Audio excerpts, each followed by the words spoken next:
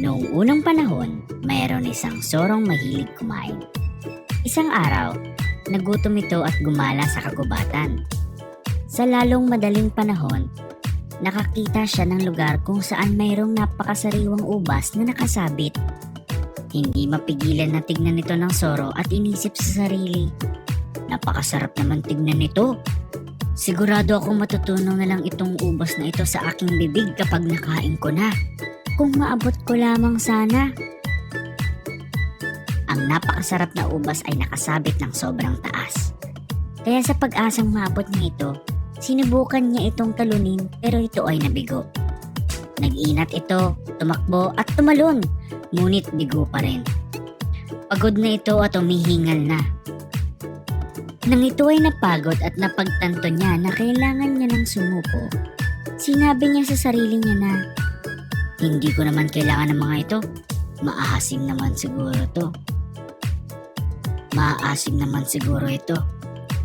May dumaan na isang kuneho at nakita ang soro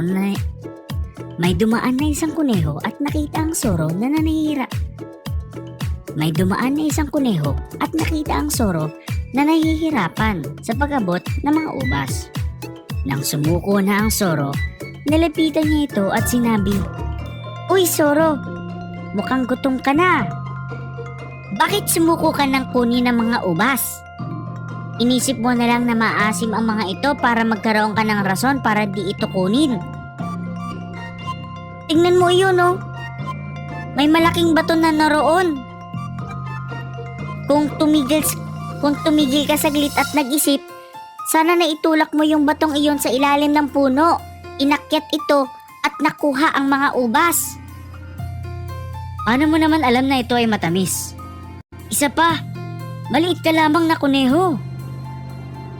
Kung ganoon, papakita ko na lang sa'yo. Napakasarap nilang tignan, ano? Tingnan natin kung makakakuha ako ng para sa akin.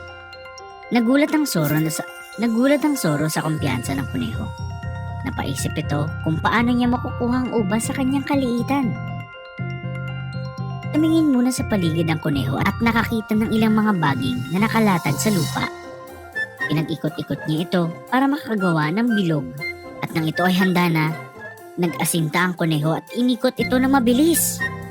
Ginato niya ito sa sanga at nagsimulang hilain ng kanyang makakaya. Hindi makapaniwala ang soro sa ginawa ng kuneho. Nang malapit na ang sanga sa lupa, itinali ng kuneho ang baging sa lupa. Sa sobrang baba ng ubas, tinitas niya lang ito nang walang bahala. Hindi naman pala kay hirap. Kinailangan lang naman pala ng utak at tiyaga. O siya, aalis na ako, Soro. Mag-ingat ka. Umalis na ang kuneho habang kinakain ng ubas na nakuha nito, habang hindi pa rin maipinta ang mukha ng Soro sa gulat. Mabilis nating ayawin ang mga bagay na hindi natin makuha. Walang bagay na mabilis makuha nang hindi sinasamahan ng tiyaga. Kaya samahan natin ng tiyaga ang iyong mga pangarap.